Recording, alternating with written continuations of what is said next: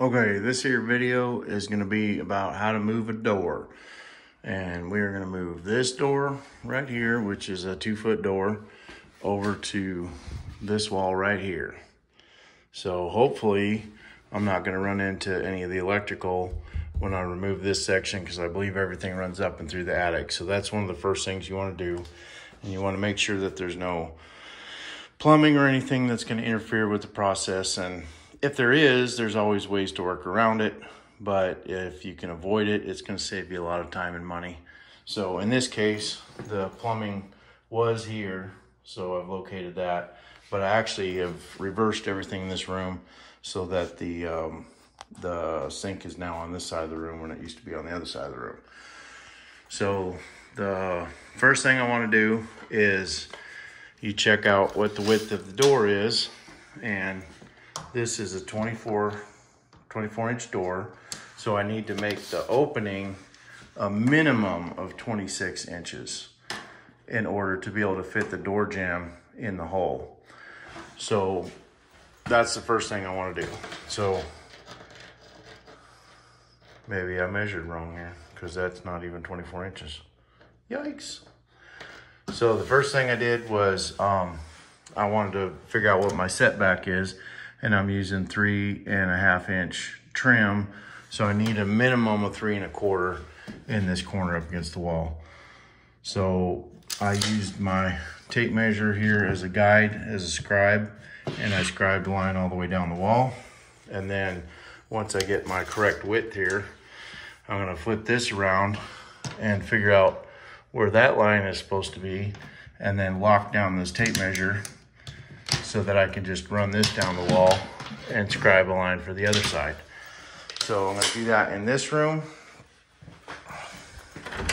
And then I'm gonna come around to the back side of the wall, and I'm going to do the same thing in this room. And you can't even see the pencil marks, but they're there. So that's the first part, is to get my width correct, which obviously I need to double check. And then the next thing I need to do is on the height of a door. Typically for an interior door, standard door, you're gonna be a minimum of about 82 inches for your rough opening size. So that was the next thing I needed to do, is make sure I had 82 inches, and I've got a little bit extra, which is fine because my trim is gonna cover that. And on these doors, it's typically not this piece on the side of the jamb here doesn't just stop right here. Usually there's like a little tab that sticks up a little bit more, so you want to make sure that you have enough extra to be able to fit that in there. And in this case, in this corner, we have a stud that's right here in the corner. And then if I'm coming over approximately 3 1/4 inches, I can just put another stud sandwiched right up on top of that. And then that gives me my 2 studs on the side. And then this side over here, I'm going to have to cut the bottom plate and then add my my 2 studs for my side of my jamb on this side here. And then on the header, I'm just going to put a board across here and angle screws up in order to support the top. Since this is just a little 24 inch bathroom door, that shouldn't be that much of a problem. I really wished I had a way to hold this camera better. But anyway, so that's the project. So I'm going to double check on these lines and make sure that I have a 26 inch rough opening here, so that a 24 inch door will fit. And I'm going to go a little bit more, probably 26 and approximately a half, and then I can shim the door in case I need to plumb it up and make it level.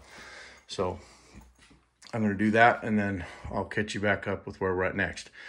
The other thing I need to make sure of is when I cut through this, I want to cut the sheetrock on this side, and I want to go around in the other room and cut the sheetrock on that side. I don't want to just stick a Sawzall blade all the way through and start cutting down through this wall. For one, I don't know if there's any electrical in there that I'd end up cutting. I'm sure there's not, but in any other situation, there's a chance that you could hit a wire. So I'm just going to cut just through the sheetrock. And then the other reason is if I put this blade through here, even though I'm cutting into the next room, that blade is going to have a tendency to want to drift. And I want that line to be straight. So that's what I'm going to do that. So I'm going to get these lines straightened out and then be right back. All right, let's take a second look at this and double check all our measurements. So I've got 3 inches there. This trim width is approximately 3.5. So I want to try to make sure that I have room for that trim to be in here, and then still have my jamb in here. And in this case, the trim is basically going to butt right up into that corner, which I don't like doing that, but sometimes you just have to, and even sometimes you'll have to rip this trim down a little bit narrower so that it'll fit next to the wall. But anyways, we got that going, and so we are looking at the rough opening size for the door is going to be about 26 and a little bit over 1/2 inches wide. That'll give me lots of room to be able to shim and adjust the door jamb so that the door's not hanging crooked. Because otherwise, if you just have the hole the right size and you go to close the door, you may end up with a situation where you've got like a big gap over here and a small gap over here, or vice versa, even though this is parallel with this, just because how everything gets out of whack. So we are going to, now that I have the correct measurement, I'm going to go ahead and cut that sheetrock out, take that out probably in one piece as much as I can, and see what's inside that wall before I move ahead. Okay, I have the line cut out for the new door. Now, how did I do that? Well, I used one of these tools right here. And I like using the longer blade for trying to make straight lines. You can see I'm not very straight, but it got the job done, and that's all gonna be covered with trim anyway. And I found out that it is easier to start at the bottom and work your way up, keeping the blade tilted at a little bit of an angle like this, so you can see where the line is. If you start from the top, try to cut down, all the dust is going to obscure your view. And then once you've made the cut, just stick the blade through there and run it up and down and make sure that you've cut all the way through the paper on the back side. But this is a super duper handy tool. And then I've also had some people tell me that I need to have a tripod for making videos, and that I should go out and buy one. And we don't buy stuff unless we have to. So I've got my tripod here, and I may do another video for any of you out there that may need a tripod, and put a pop socket on the back of the thing there so I can hook that in here. And so we are in the video making business now. So I apologize for all my super bad quality videos in the past, but I needed to use both hands a lot of times, and if you're trying to use both hands, then you can't film. So we're gonna try to solve that. So let's see how this goes. Okay, a couple more tricks I need to show you today. I don't know if you've ever walked around for, I don't know, 30 minutes, 45 minutes looking for something that was just in your hand and now you can't find it. I don't know if that's ever happened to you, but I'm gonna solve that mystery for you today. I know where it is. I know exactly where it is. You wanna know where it is? It's right there. You put it in your shirt pocket. So now you can stop looking for it. It's right there. So if any of you ever lost anything, now you know where to look. All right, next little trick. I've got one of these magnets here. This happens to be one that's used for child safety locks or whatever, but it also works good for another thing. You can slide it around on the wall and find where your screws are at. So by doing that, now I know exactly where the screws are at in the drywall, and you can dig around in here with the tip of the screw gun.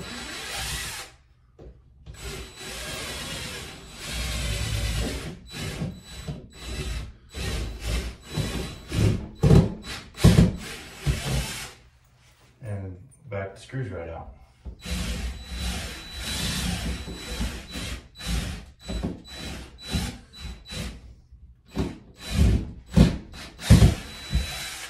So what I did earlier off camera was I took the little device, slid it around on the wall, and you can pretty kind of feel where the center's at because it'll kind of center itself. And they make one that's actually got marks on it for it's got some rare earth magnets in it, and those are super awesome. But the problem with those is you can't find them. Like once you've bought it and you bring it home, it disappears. And you can look in your shirt pocket, but it's not there. So who knows where that one went. Might be in my other pocket. But so I substituted with this, it works just fine. And then this has got a little mark right here. And so I can line that up for center. Just slide that up and down till it sticks. And then put my pencil on there, slide it down, and then I can do the same going this way. And then I can make a little plus sign on there so you know exactly where the center is. And then once you find the center, you can just kind of dig through the drywall until you hit the screw.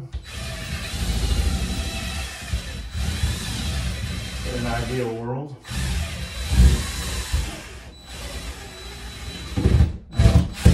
Some of them are kind of countersunk, so they're a little bit harder to find. You got to do a little bit of digging, but that gets your that gets all your screws out of there for you.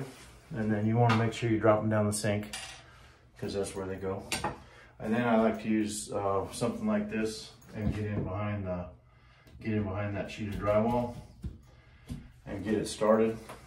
And then once it's started, I can come back with one of these. But if I got all of the screws out, and normally you're gonna miss one or two, but if you get all the screws out, then you can literally just lift that whole piece of sheetrock right off of there. So I'm gonna finish removing the screws. And so we got all of our screws pulled out of the piece, and looks like I don't even have to use a power bar at all.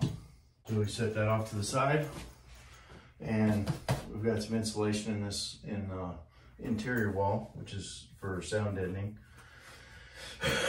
So I'll have to take and cut through or just remove that. Actually, the next stud's back here, so I can just pull that whole bat out and get that out of the way, and I'll just have to cut it off here at the top.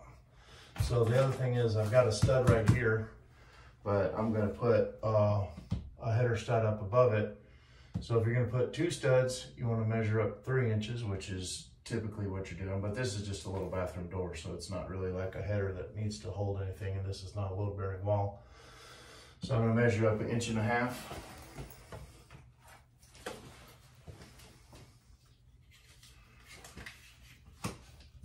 Right there. 1.5 inches, and then I can cut through the 2x4 that's behind it.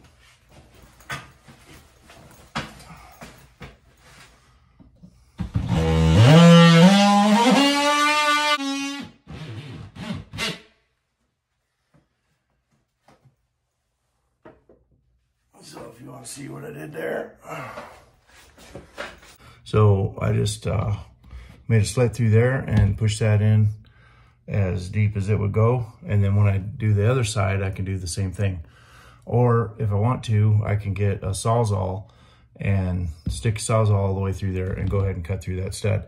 That way it gives me enough room. I can put the 2x4 flat up against here, and then I can fasten it through on the sheetrock and put some screws up in the corners to secure that. So that's the next phase. But in the meantime, I'm going to cut through this. I'm going to reach up in here and cut this insulation off and remove those bats of insulation.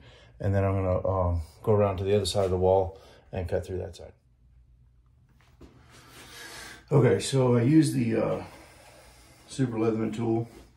Use that little guy there to get underneath the staples that were holding the insulation up, and just pry those staples out using needle nose pliers to pull them.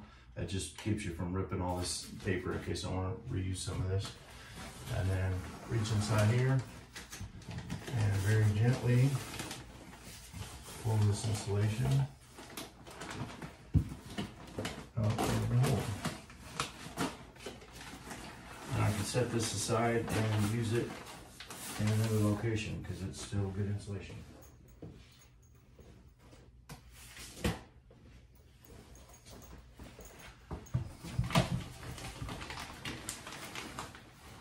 And the same on this side, and I cut across the top with just a knife blade.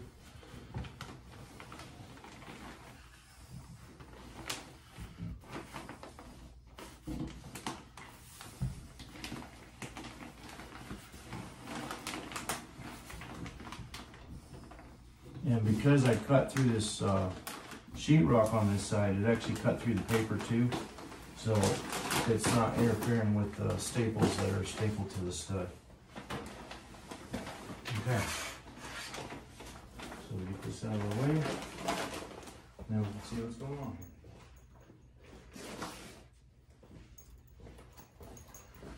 All right, so lo and behold, guess what we have in the wall here? We have a wire. And I'm assuming, based on the looks of this, it probably comes out of this box, comes up through this hole here, comes across here, goes into this box, and then goes up to that light. So now I have to make a decision whether I'm going to keep that light or whether I'm just going to eliminate that box entirely. So as I'm making that decision, go fix yourself a cup of coffee or whatever you need to do, and I'll be back with the solution. We are over here on side B now. So I went ahead and removed all of the screws that I could find inside the wall here. And then I've got tile for baseboard in this room. So I need to get in behind that and pop these tiles off because there's probably another screw right here. And that'll clear that out of the way. So I'm gonna see if I can't get in behind that with a pry bar or something.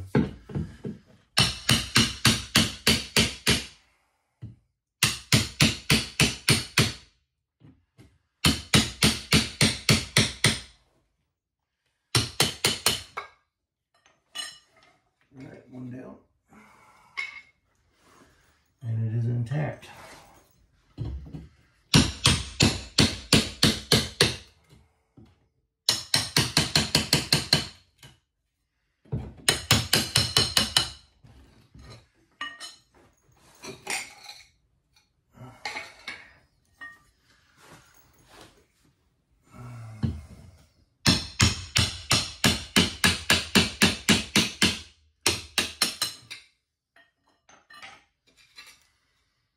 Okay, so if you had actual baseboard, then you'd want to just go ahead and cut that and get that out of the way. And then you can come back later if you need to and actually figure out exactly where your trim is going to be for your door casing and trim that off. And in this case, I just removed however many full tiles, and then I can come back and figure out if I need to cut that after this jam's installed. So some doors are hung on what's called a split jam, and they go in one piece comes in on one side and one piece comes in on the other, and it already has the door casing attached to it. But this one is just the jam itself.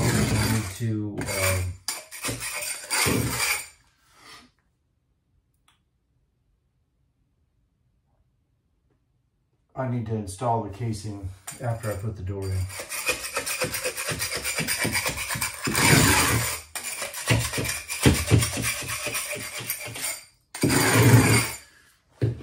Alright. So there's our screw. Pull that guy up. Alright, excellent. So now I can go ahead and cut my drywall on this side.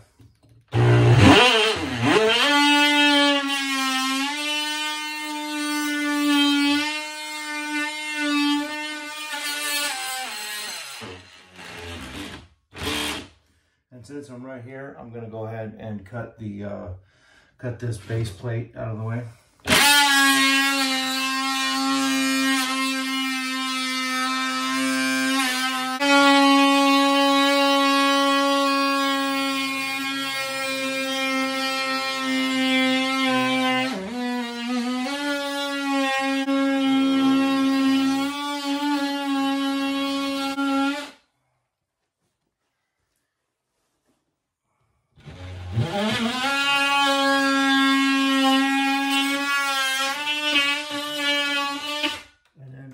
Cut the base plate on this side as well.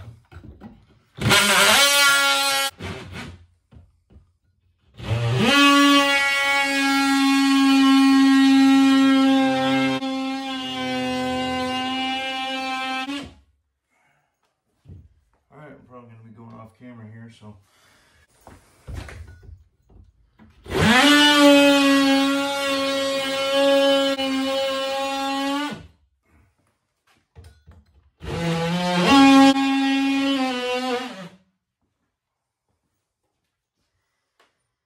Perfect. Bench.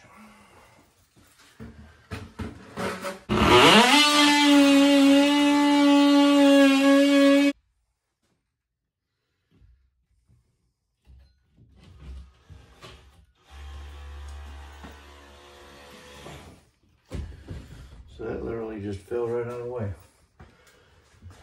So now I'm up to my cut mark here, and it looks like my measurements are pretty accurate. So I'm going to go ahead and go up 1.5 inches.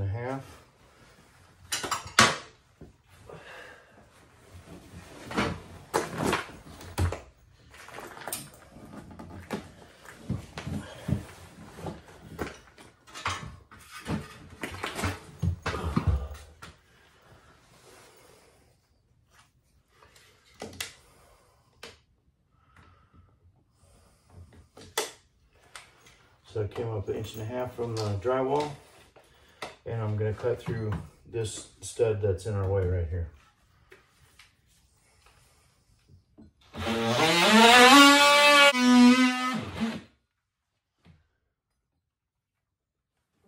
see if I made it all the way through. Oh, we got just a little piece in the middle there.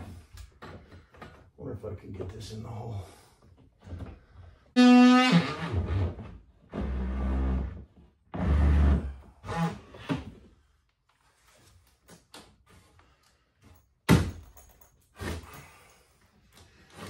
So now our stud's loose, but our wire's in the way, so we'll have to get that wire pulled out of there before we can move the stud. But if I want to, I suppose I could just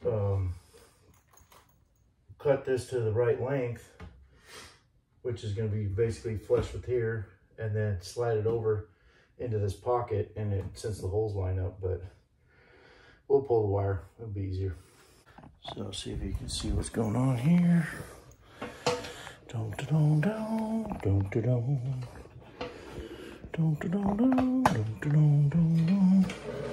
We get this outlet box off of here, our switch box.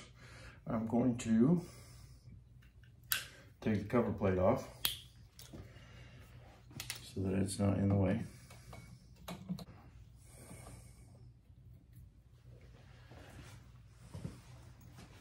Set that aside. You want to make sure you drop at least one of the screws down the sink. And then, if this piece was gone, I could just simply pry the box over, which might be the thing to do. I don't know. So get a little slack in there. Perfect.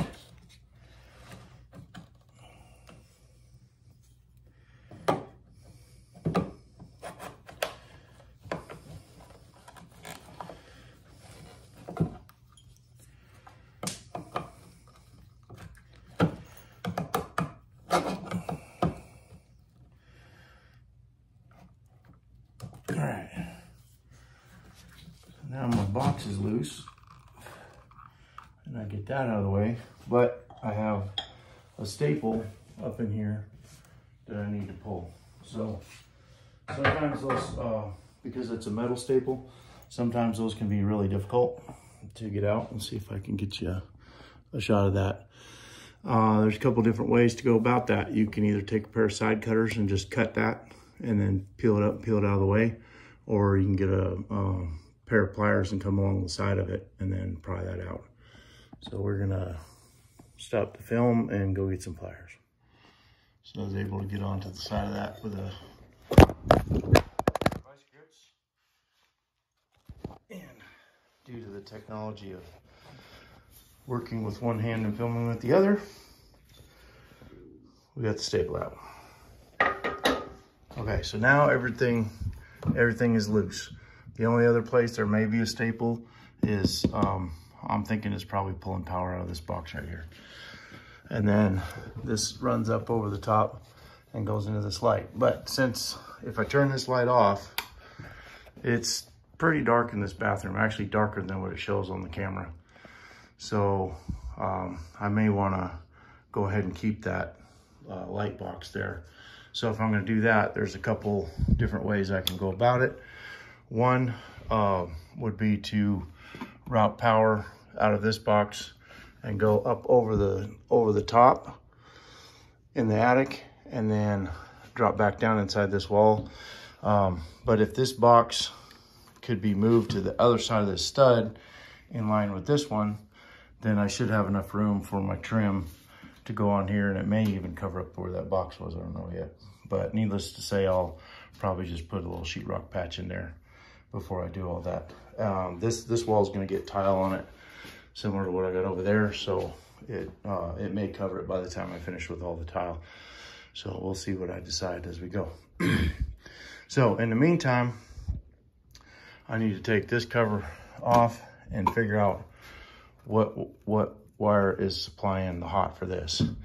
My other option is, if I've got enough room in here, I could just lay that wire flat and come all the way up here and run it up over the top and then drop down and then go through this stud, come back down the other side and feed it into the box. So on this side, we're probably going to use what's called an old work box, which has got little fins on it that flip out. So I just have to cut the hole here and then get to feed the wires in, down and through that hole and then into the box, and then I can push the box in there and then secure it from the surface. It just secures to the drywall. So now I gotta go find all that stuff.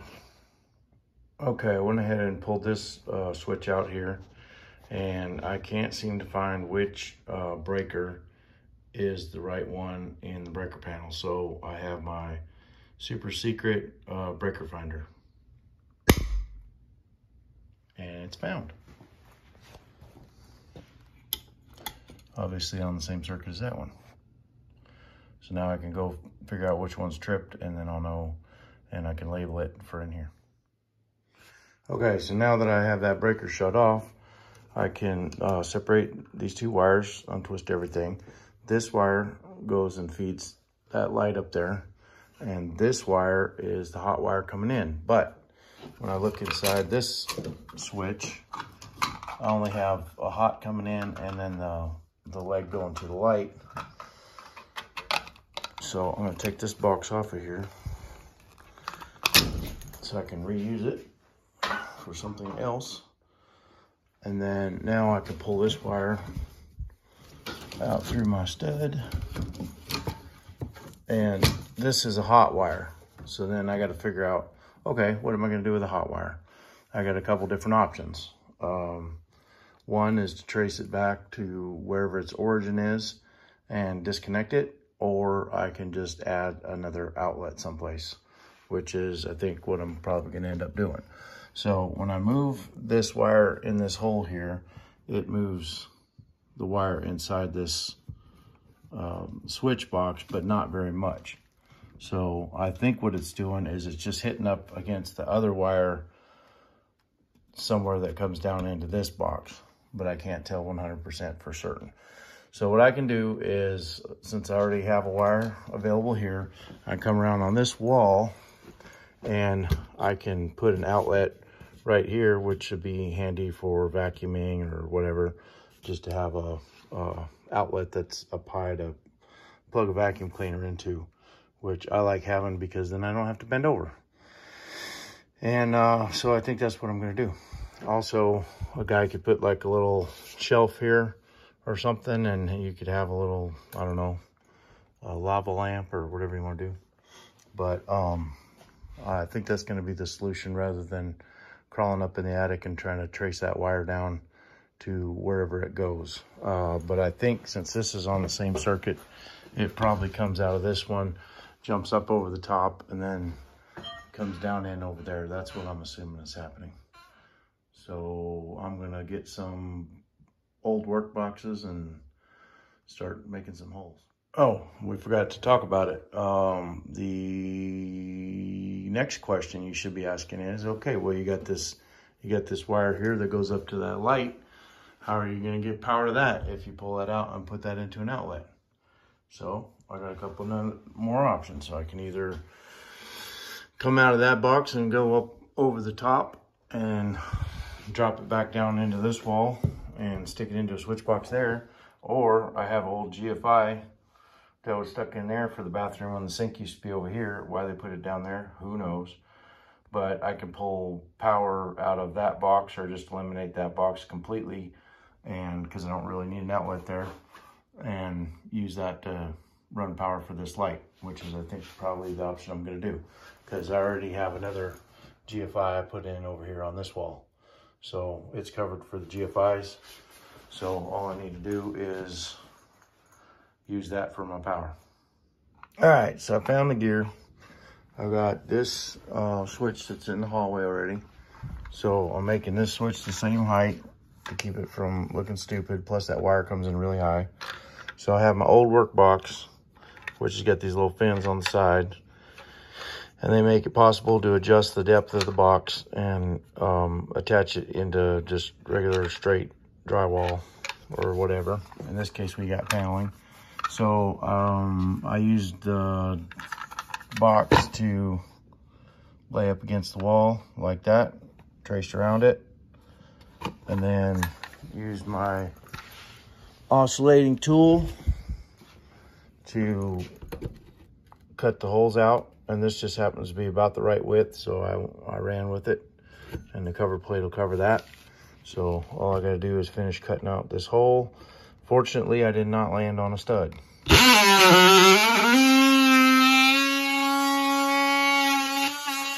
least near as I can tell. We'll find out.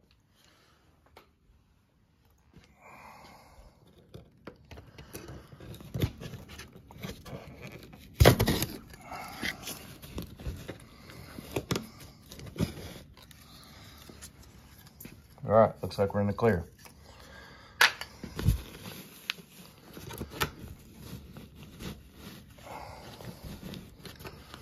Push my insulation out of the way. And then perhaps I can reach up inside here and find that wire that comes down here, but I'm not finding it at the moment.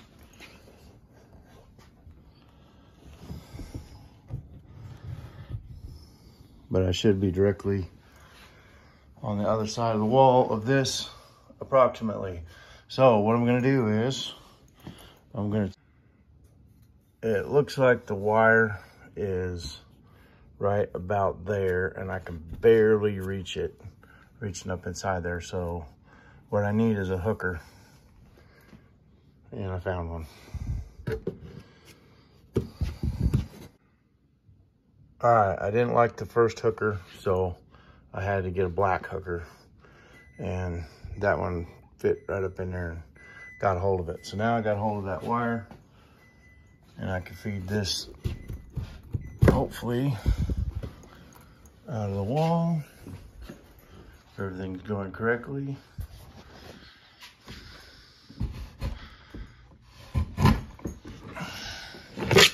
And shabam!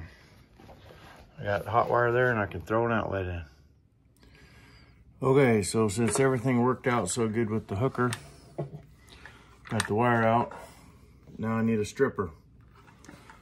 So I'm gonna cut this guy off about right here. Right there in the prime of its youth. And on the top of this box, there's like little insert deals. And I'm gonna make enough of a hole in there that I can get the wire through.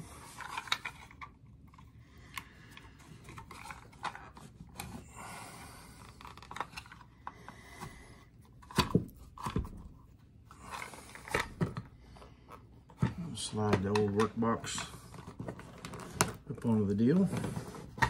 And then the nice thing about this is if I decide later, maybe I want to put an outlet in here or a switch in here, and then I want to add a light or something, I can still pull this box out, go up through the ceiling, and get all that stuff done. So in the meantime, I'm going to screw this in, and if you notice, when you tighten these screws up, this one's already gotten hooked here. When you tighten these screws up, this little thing flips up. So as it's turning clockwise, it goes boop and catches behind the wall. And then if you go to loosen it to take it out, it turns the other way and falls out of the way. At least that's the idea. Boop. I got a super awesome tripod.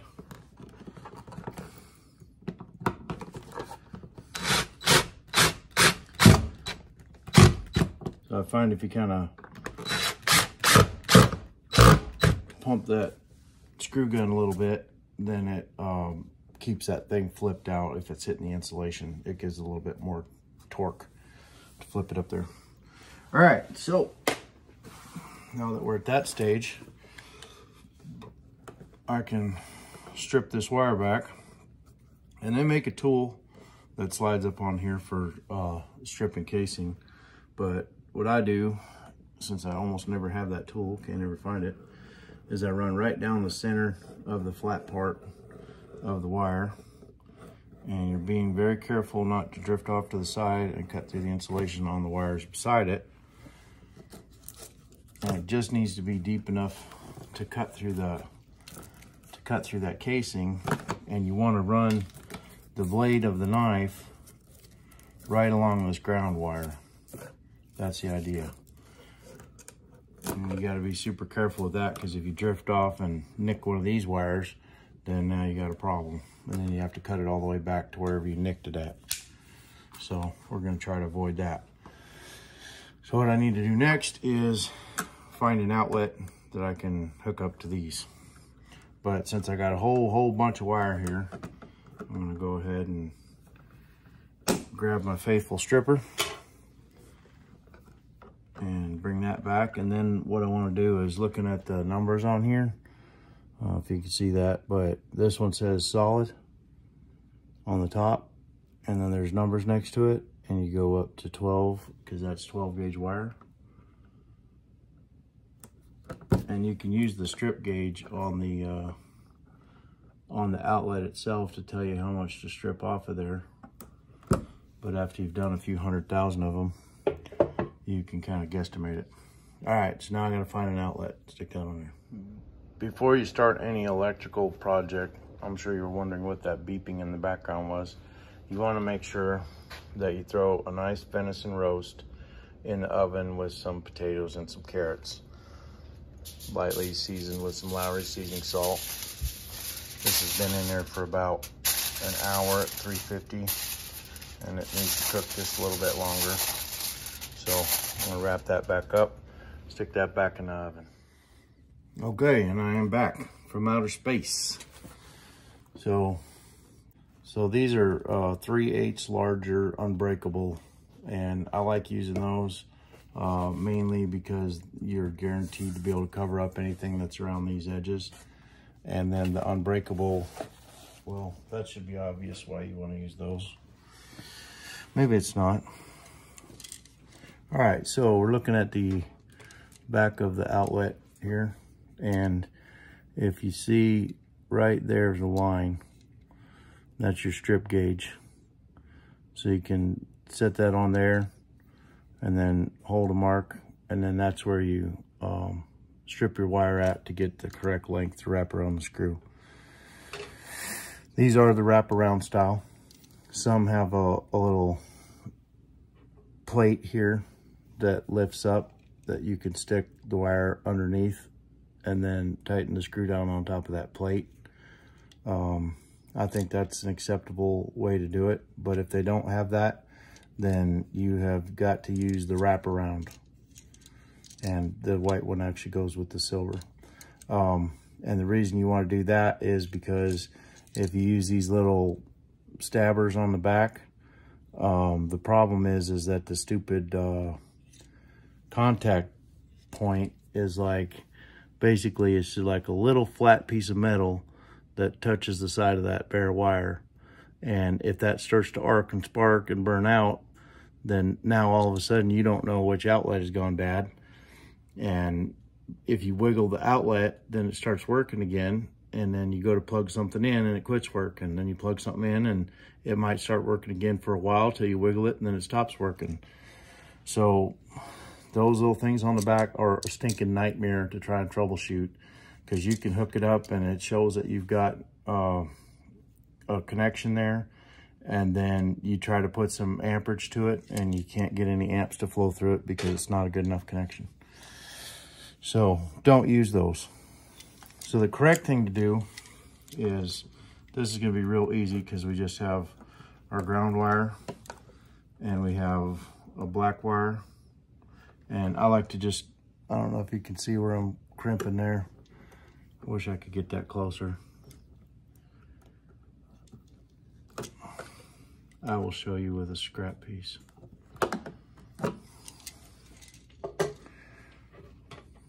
So essentially what I'm doing, taking the piece of wire, go to my strip gauge, figure out where it needs to be stripped at, take the casing off. If it's difficult to get off, you can give that a little twist back and forth, and that helps break that piece loose.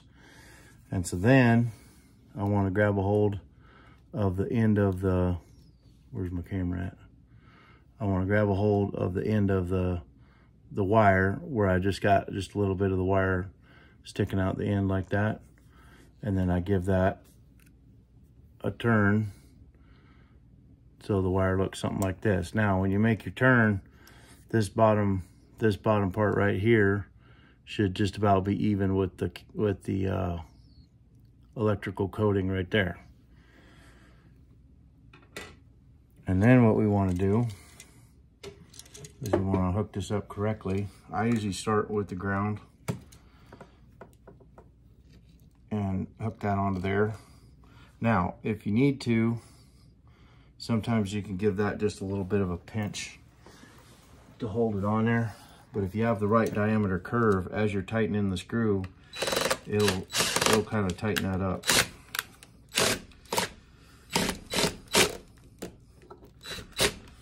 And my screw tip is really getting bad. So ideally I should probably be using a screwdriver here, but I'm lazy sometimes. So these extra screws, I'm gonna go ahead and run those in to get them out of the way, because I don't want those hanging out and sticking way out there where something can bump into it and cause the electrical current to travel through there. So I'm hooking that onto the other one, and then I want to go in a clockwise direction. So when the screw's wrapped on there, let me see if I can zoom this in. I don't know if I can. Nope. So when I tighten this up, it's grabbing that wire and pulling it around the same direction as the screw, which makes it tighter.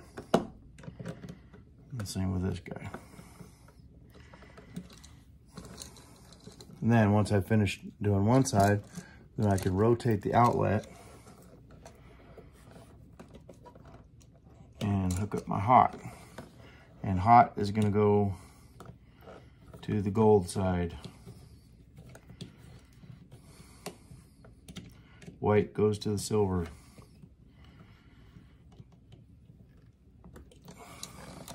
And it just so happens that the white and the ground are on the same side. And your white and your ground, oftentimes they attach to the same bar inside your panel.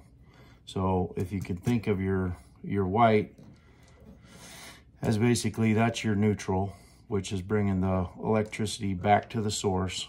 And the ground is just it's an extra neutral. So what it does is if you have an electrical fault, it'll send that extra electricity back through here because it follows the path of least resistance. So it's taking the place of this wire in the event of a fault. All right, so we have the outlet put together, and then I want to give this a little bit of an accordion bend.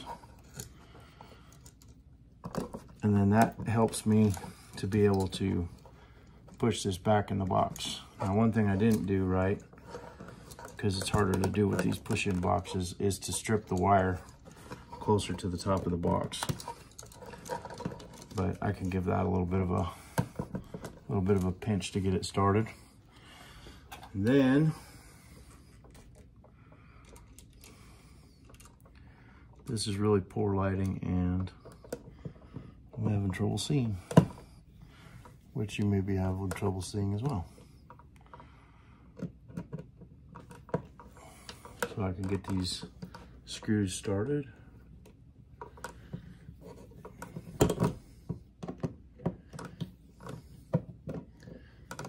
And then the next thing I want to do at this stage right here is make sure that this outlet is sitting flat. So if I have to tweak this a little bit and give it a little bit of a bend, I want to make sure that as this outlet goes back into the box, it's going back in straight. So it's not, as you're tightening it up, it's not rotating like that, because it makes it harder to keep everything flat. All right, so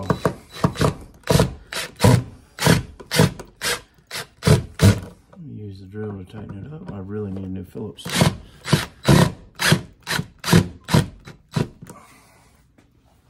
And then in this example, I'm going to get it close, and then I'm going to finish tightening this up because I don't want to strip the head of that screw out. Now you can have your fine-tune adjustment if your box is a little bit out of plumb, which this one is. I can use these little slots that are on the top and the bottom to give this outlet just a little bit of a rotation until it's perpendicular or until it's plumb. And then now our outlet is secured on the wall.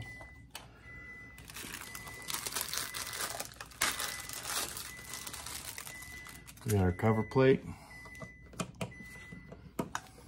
Stick that bad boy on there.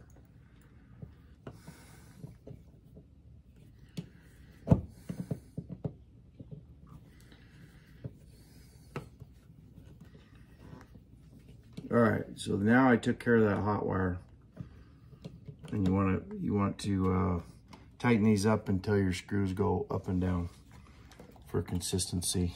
That's that little perfectionistic kind of thing. All right, so then now this wire is buttoned up, so it no longer is a hot wire just hanging out there.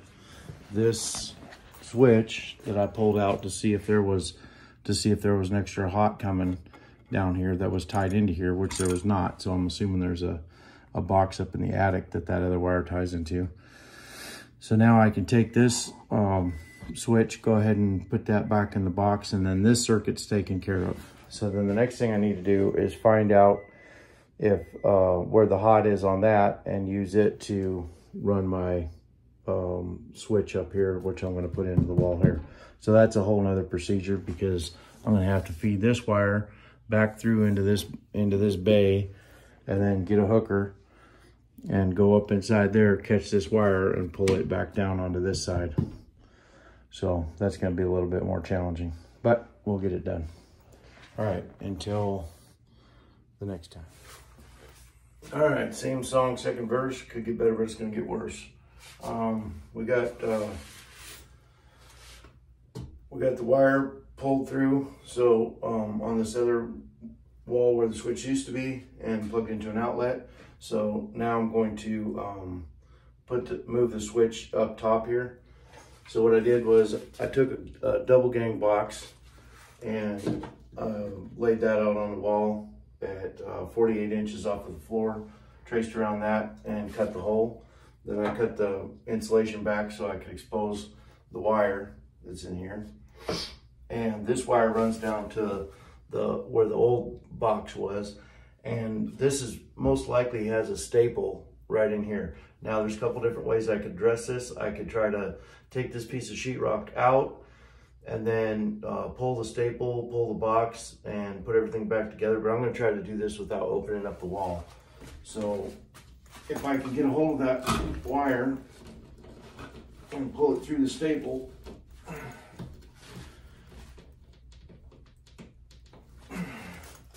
which may be easier said than done.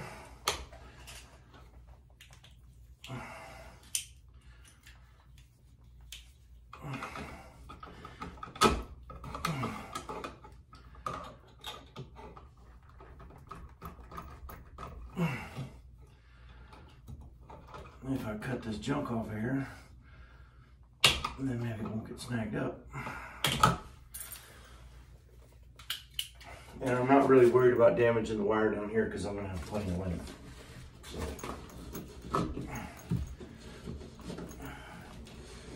So I'm kind of demonstrating this because you may not be able to open up a wall sometimes. Well, you can always open up a wall, but you don't necessarily want to have to fix everything. So that got that out of the way without having to mess with it. Now, I can either come in here and cut these nails off that hold the box in and remove the box, or I can try to get a little pry bar in there and start working that nail out until I can pull the nails back far enough and fish this box out of here. So whichever way you want to go about that is whichever way you go about it. So on these boxes, they have these little tab inserts. So I'm gonna push one of these out of the way a little bit, make sure that they're kind of broke free so I can get the wire started. And these don't need to have a staple because this is considered the holding point to keep the wire from getting pulled back in the box. So because that's kind of gnarly to work with, I'm gonna go ahead and trim the end of this wire off. So we'll grab our faithful strippers.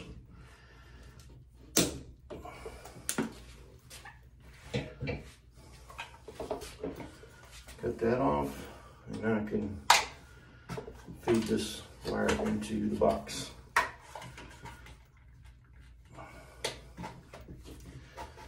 Okay, that way I can have an outlet and a switch right next to each other.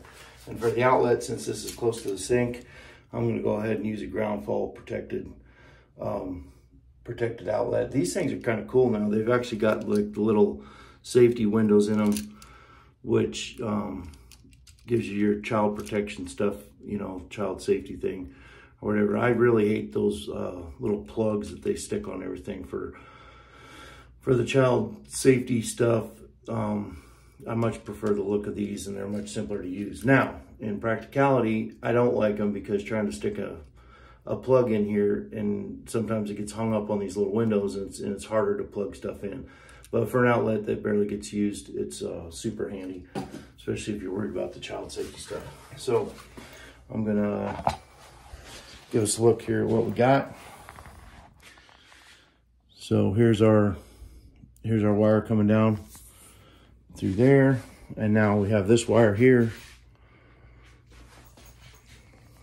that connects to the light, and it goes through the hole up here. So I'm going to have to reach up inside of this hole and get a hold of this wire and pull that back down into that hole. So that's going to be the next step. Okay, so now we're ready to fish that other wire out of the wall. And once again, I could cut the sheetrock back and patch it, or I can try to fish it through there. So looks like I'm gonna need another hooker. So, all right, after about 10 minutes of epic failures and straightening the wire out and bending it a little bit better, looks like our fishing expedition was successful. And when I these wires into the hole up top, I gave them a little bit of a bend on the end so that I had something that I could catch. So, see these guys here. So that way I got lots of places that I could snag that wire on. And then on the end of this, I ended up finding that a hook shaped like this worked better because I could stick it up flat against the wall and then turn it and then pull. So anyway, so now we have the switch wire. We got our hot wire. We can go ahead and switch wire, hot wire, and we can feed both of those into the box and start wiring that up. So both wires are now in the box as prescribed. And since this is the old work box, I can tighten it up right here on the wall itself. One other thing I like about using these boxes is if you do tile around here, you can loosen the box up, fit the tile around it, and actually put the box flush with the tile after you add something to the wall, and it also holds it at the correct depth if you don't do tile. So you have that option. So anyway, here's my switch wire.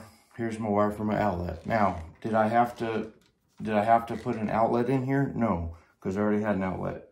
And I could have just used this as my hot and then wired my switch in and had my light, and everything would have been just like a normal switch. But because I like outlets, for one, and I'm probably going to add like a little shelf along this wall, and somebody might want to plug in their hairdryer. I have the mirror over here, but I'm also going to do a mirror on the other wall. But I'm going to build the medicine cabinet for that at some point in the future, and I don't have that right now. So I'm going to go ahead and do it this way. And the nice thing about being able to do this kind of stuff is if you change your mind, I can just change it to whatever I want in the future. I could tear the whole house down and rebuild it if I wanted to. So I'm not going to do that, but just the point of it is that, you know, it's only as permanent as you want it to be. All right, so I'm going to go ahead and strip these wires back and start getting wired because I'm getting bombed with messages.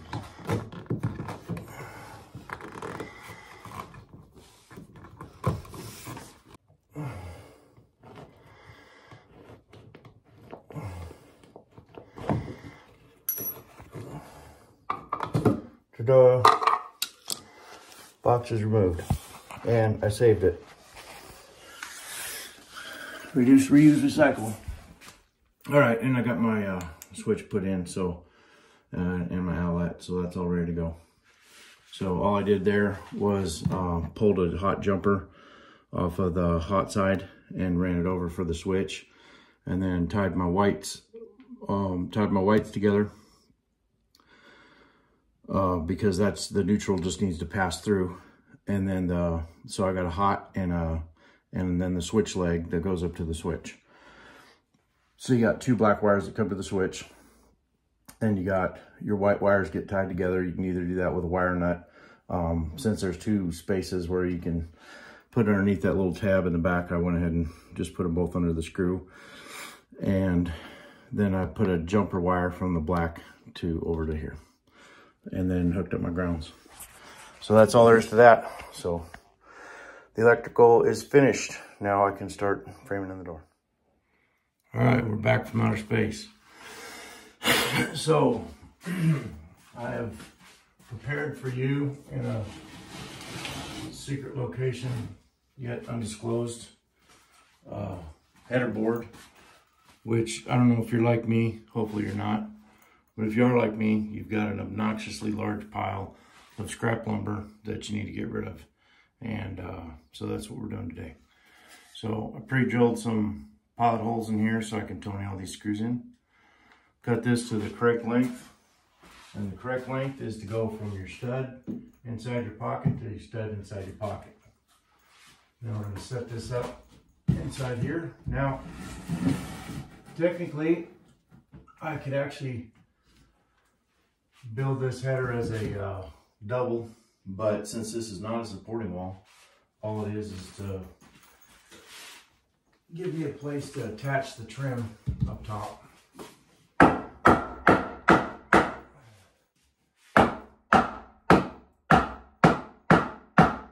you don't want this to be too tight, because otherwise you are never going to get it in there. And then people will laugh at you. And you don't want that drum. So don't be scared to cut it, 1/16 short or something, so that you can get into the hole. So since we're pressing up against like insulation and all that kind of stuff, that is a pretty tight fit. As if we hit that switch. So I toenail these screws in, and I'm going by the measurements since I measured my sheetrock already. I'm going by those measurements.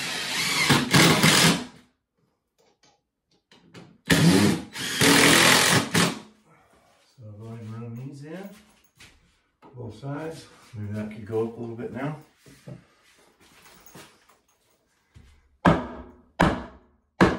Beautiful, beautiful. Perfect. Whoa.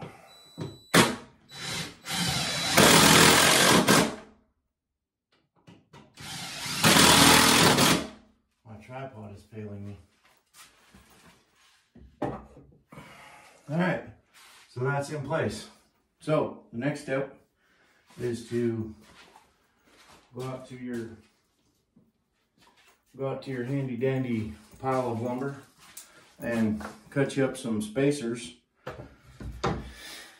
to fill in this pocket so that when you put your final stud on there, it's going to come out flush with your drywall if you've measured correctly. And I'm not saying that we did. Well, I can't say you didn't measure correctly, you weren't there. I'm sure if you were there, you would have measured correctly. Almost guarantee it. So I cut these just a shade under 3.5, and the reason for that being is because I still got paper and insulation in here, and I didn't want them to jam up trying to just put a filler strip in.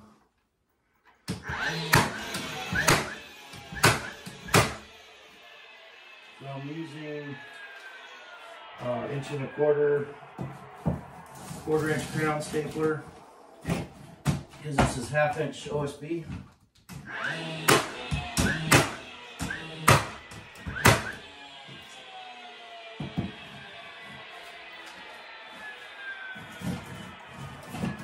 And while technically I would not have to fill the entirety of this space, I do have a big pile of lumber, that scrap lumber, that I need to get rid of, so I may have mentioned that earlier. That would have been cool if I did.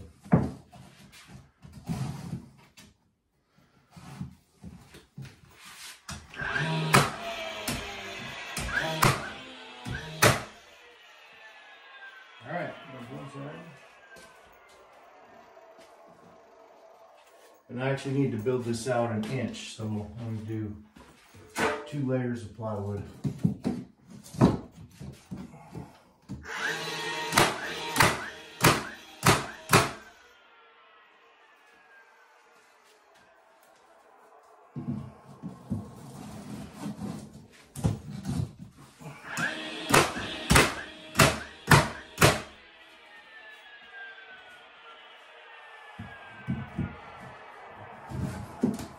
And you may be asking, well, what about if these aren't completely covering up the whole entire hole? Well, it doesn't really matter, because all this is just a nailer strip. So if I got a little gap in between the scrap pieces, it's not going to be that big a deal. So just as long as I get everything out flush to the right level. Add some more. Adding. A little bit too long. So we'll have to cut that down to size in an undisclosed location and finish filling that hole in. Stay tuned. Okay, this is gonna have you becoming the yodeler that your grandparents always dreamt that you would be. So what we did was we took the stud that used to be here in the center, and we're reusing it to fill in right here. See what I mean? It just comes naturally.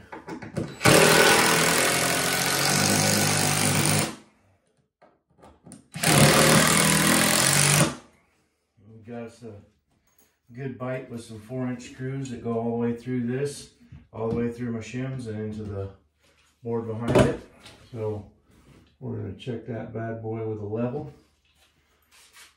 Just see where we're at. Everything looks good so far.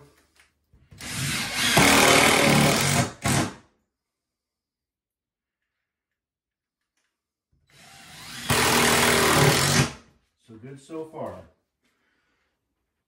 Let's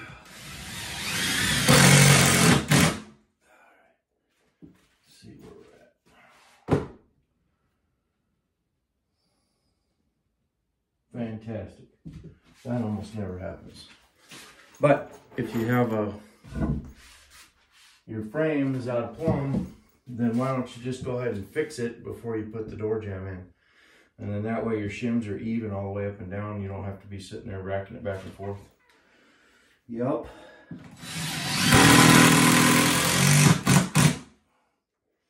All right, we got some screws in there that ought to hold a 24-inch door, no problem. So we went back to our famous scrap pile in an undisclosed location, and we got our filler pieces for the other side.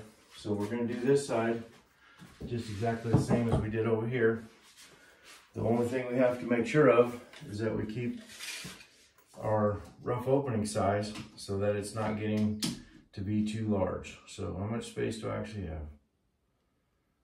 I'm going to have plenty of room. So I'll have about 26.5 by the time I get the filler strip in, as far as my rough opening. So if you don't mind, I'm just going to go ahead and fill that in, and then we'll pick it up from there, since I can't get the right camera angle anyway. All right, we got the filler strips fit in on the other side, and I've got part of my studs going in here. So this side, it definitely has to be 100% plumb, because this is going to be the hinge side for this particular door. And so we need to make sure it is dead on. And this is off a little bit, so we are going to have to fiddle with it a little to get it to fit.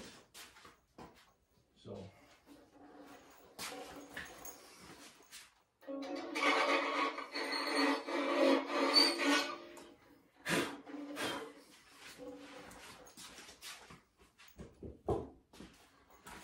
all right, let's see what it is now.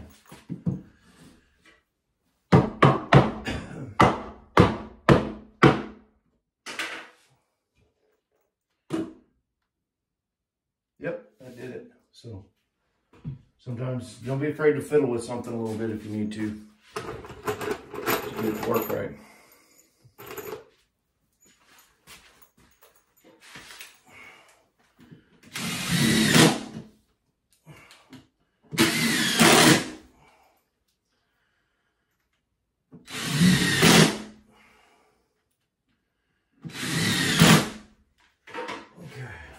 Check it.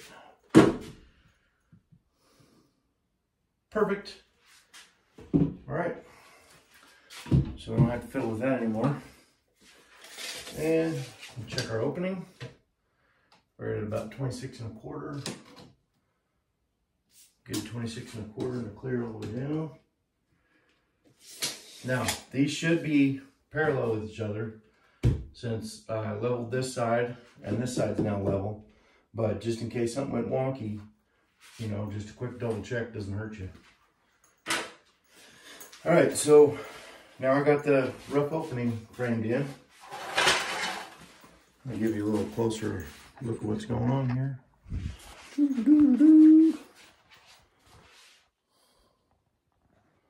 you got wood all inside the frame there. All right, so now the next step is we have this door over here, which is a 24-inch door, which I'm going to move it so it has access to the other bedroom. Look at that beautiful thing. And since it is a left-hand swing, and I know that because if I stand with my back up against the door jamb, it is the left hand that opens up. So if you ever want to know which way a door swings, that's how you figure it out.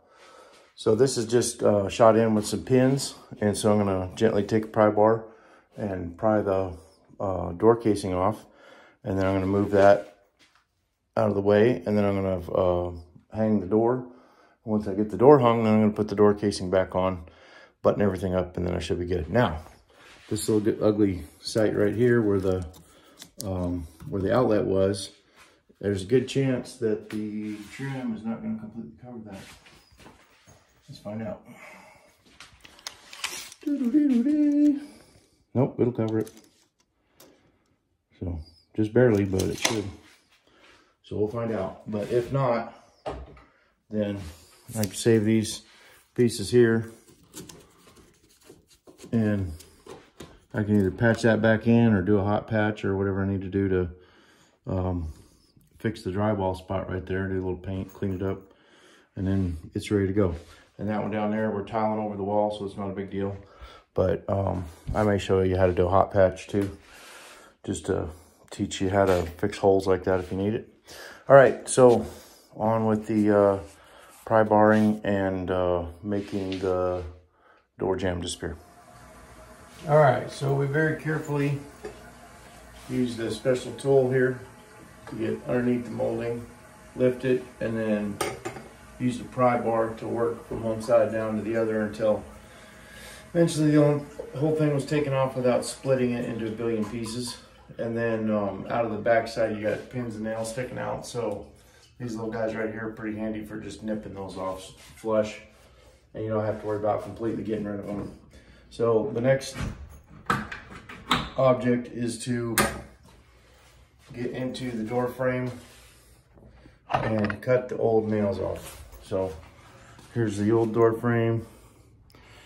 If you can see that very well. So you can see the shims that are in here.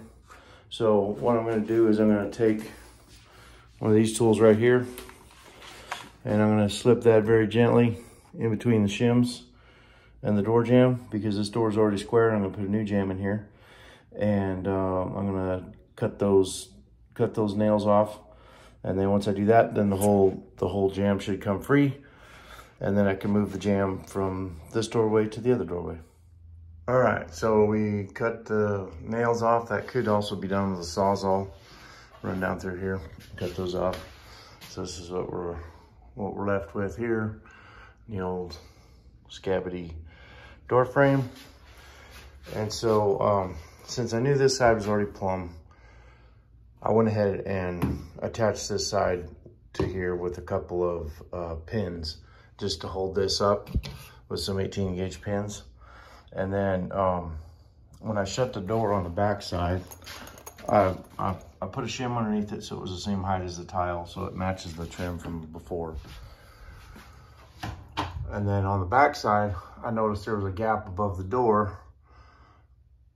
And so in order to straighten it out, I had to lift this side up. So I stuck a pry bar underneath this jamb and lifted that up just a little bit rather than lowering this side, because I wanted to keep this as the same height as the tile, because this is going to get a tile piece to finish off this door threshold. So after doing that, then I come over here, make sure that this is flush with the wall, which it is, and then I can go ahead and start fitting my trim pieces back on there. And look at that. Whoa, I covered up my hole. Beautiful.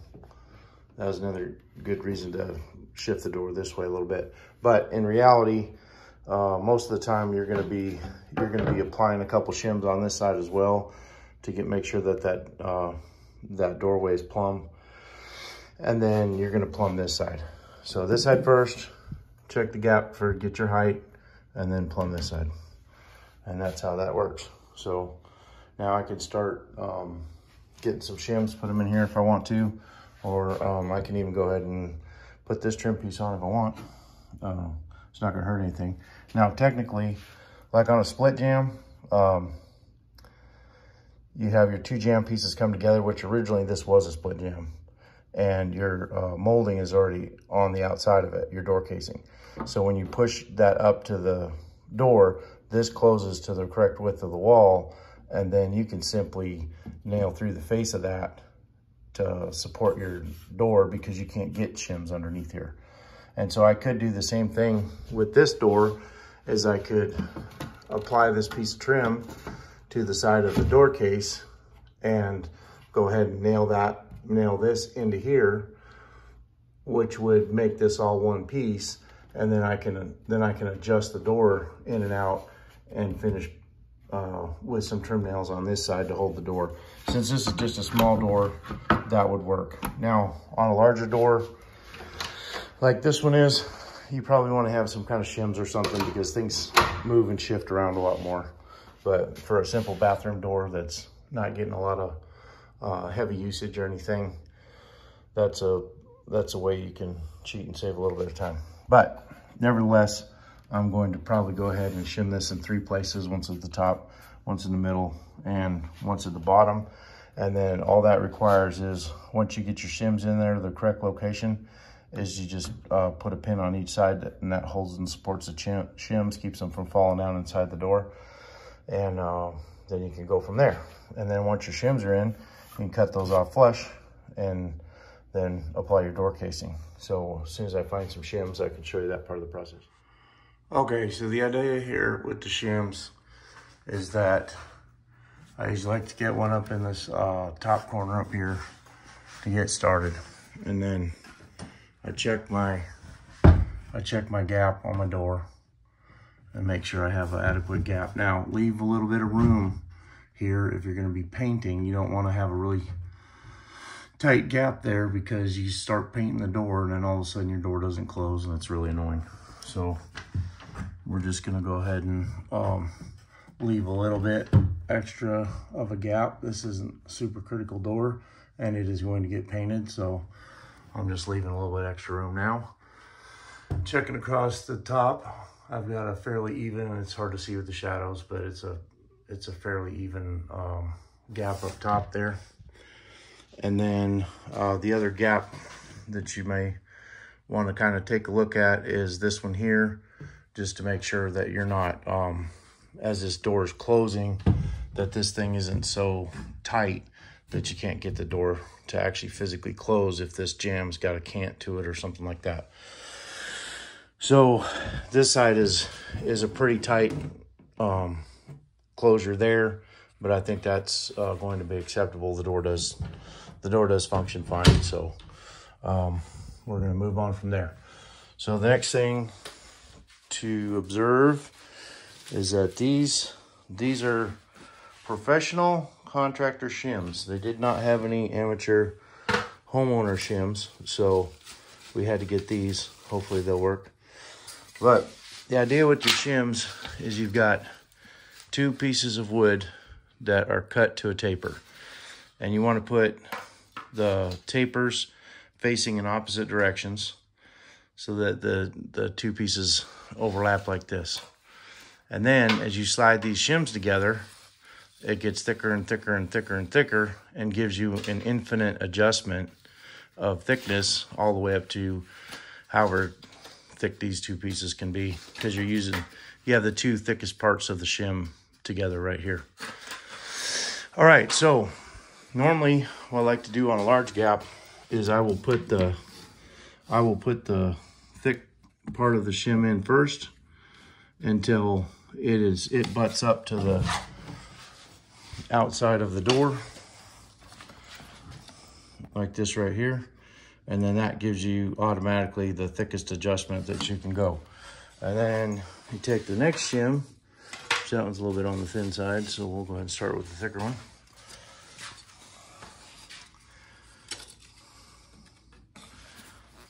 I wish there was a way to hold this. All right, so get the shim in the door, And run the next shim in. Go in the other direction. We're gonna lay this one on top. So that way we can have room to pound it in if we need to. So these two shims come together like this and so. And guess what? Need more shim. So now we can get a third shim. And for a third shim, we can just alternate back and forth so that we have a stack that looks something like that. And then these shims can get stuck in the door. And then by sliding these back and forth, we can get the proper adjustment. All right, so see how that tightens up and it's holding now? Man, it'd be cool if I had a real camera. All right, so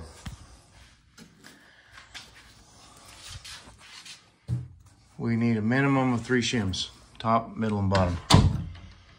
So now we're gonna check the gap on the door. Looking pretty consistent all the way down.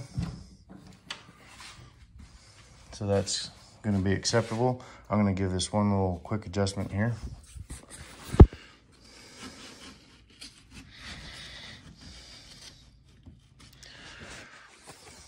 Okay, so what I did was I fleshed these ends of the shims up so that way I'm just cutting off this excess here, because you can reuse a lot of the short pieces of your shims too.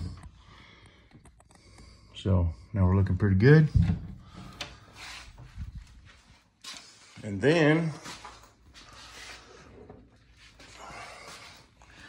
get our pin gun here, and I'm going to shoot right through the shims. And what that does is it keeps these, make sure that these shims don't fall out of there. All right, so let's check and see how we did. Not too shabby. Now, since I got pins that are a little bit on the short side, I can come back with a finish nail and tack that together a little bit better. But once I put my casing on, that's gonna do the same thing and sturdy up that door. So now I gotta do the same thing at the bottom and adjust that. And typically, it was hard to do when I was holding the camera, but typically I like to install these shims a little bit closer to the latch, because this is where you're gonna have the most drift. And then sometimes I'll do a set of shims here and a set of shims here, just to make sure that this part doesn't move around. And since we got a lot of flexibility there, I think I'm gonna go ahead and do that. But before I do that, I don't wanna waste money buying professional contractor shims all the time, because that's ridiculous. So what I'm gonna do is I'm gonna make me some short shims. Look at that, a free shim.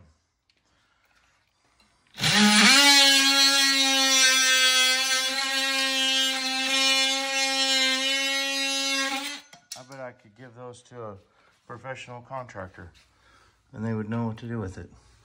All right, so I'm gonna go ahead and do the same process for top, middle, and bottom, and then we'll pick it up from there. Okay, so we're all caught up. I've got shims on the bottom, a couple sets in the middle, and a set at the top. And I left the set at the top so I can show you the old school method of shortening the shims, which is take a razor knife, run that down along the shim, and then snap it off.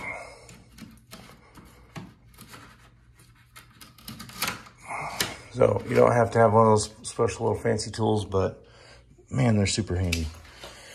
So, all right, that's that. And then I just gotta cut that side off and double check, make sure our reveal is good all the way down, which we got light shining through there, so it makes it really hard to see, but trust me, it's not too bad. So ordinarily, in a place like this, you would want to have your door swing the other direction. But because I have a door up against the door, I went ahead and said, hey, it doesn't really matter because I've got two doors interfering with each other anyhow. But what was more important to me was having access to the bathroom. So, because these two doors are going to interfere with each other. But hey, I didn't design this house, otherwise I would have put things in a different place. I'd have this door sitting over here and avoided that whole situation. But we're doing what we can with as little work as what we can. So, all right. So now you can see the door was moved from over there to over here. So next step is cut the shims off, start putting some trim on. Okay, so we are back at the other side of the door, and basically I'm shooting right along this edge, but I'm leaving a reveal of about, I don't know, 8 3/16 of an inch all the way down, and I can actually give that a little bit of an adjustment to straighten this up as I'm going. So that's one reason I like to start at the top and work down towards the bottom. So once I've got the frame nailed to the trim, then I can go back and finish up nailing that back to the wall. And up here on the top, we have our trim piece so that it overhangs a little bit on each end. Now this kicks out some. You can see that. That's because I haven't nailed it to the wall yet. So that'll straighten out as I go.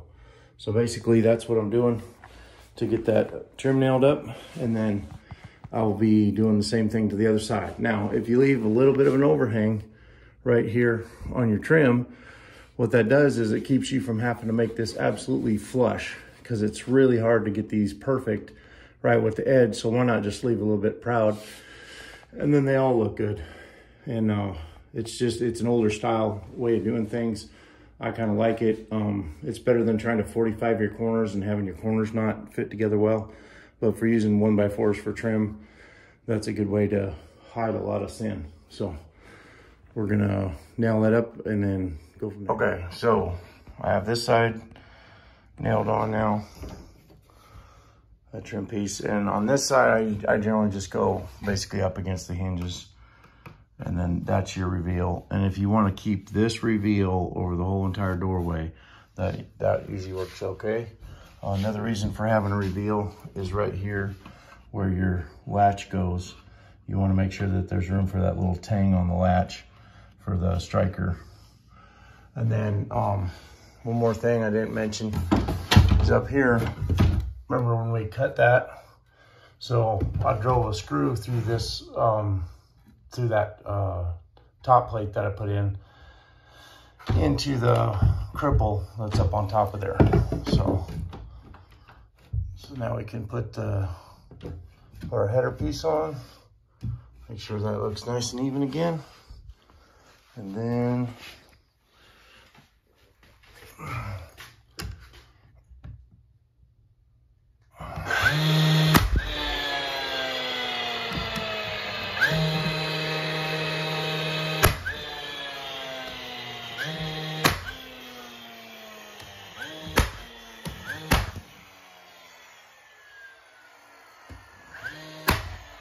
all right, it's nailed on there. I need to come back with some, I've got some larger, like 15 gauge 2-inch pins that I'll put into this trim on the outside into the studs at some point in the future. But I just like making lots of holes. Actually, you know, I really appreciate the people that try to shoot videos and do work at the same time, because it's taking 4 times as long to do anything, and then to try to show exactly what you're doing is real pain, and then having to orient the camera in this other direction to make it work for YouTube is really hard, because it would be a lot nicer if I could just rotate the camera in to whatever direction I wanted, but it tends to crop off the picture now. So that makes it extremely difficult to try to do any filming, because what you're seeing in the picture is not necessarily what you see. Because like I can have my hand here and I can see it in the picture, and then when it edits it for YouTube, it cuts it off right here, so you can't see anything that's going on over here. Really a pain in the behind. And one other thing, so on this gun here, do you see how it's got a depth control? And it looks like if you turn it, if you looks like if you rotate it this way, then it would bring the pin up to a less recessed depth. And if you turn it this way, it would recess it more, right? But apparently these directions were written by either politicians or ex-wives, because it does not do what it says it's going to do. So just as a warning, if you have to play around with something like that. So I just got that particular tool and I'm playing with it. So I just learned something new. All right, so here's our doorway. And on this side, I'm going to take another older door jamb, but it's for a door that's this size, that the door's missing. I'm going to cut that down, cut the header piece to fit the 24-inch door. And then I'm going to put a bifold door in there, which is going to look like this guy right here. So that will be the next video.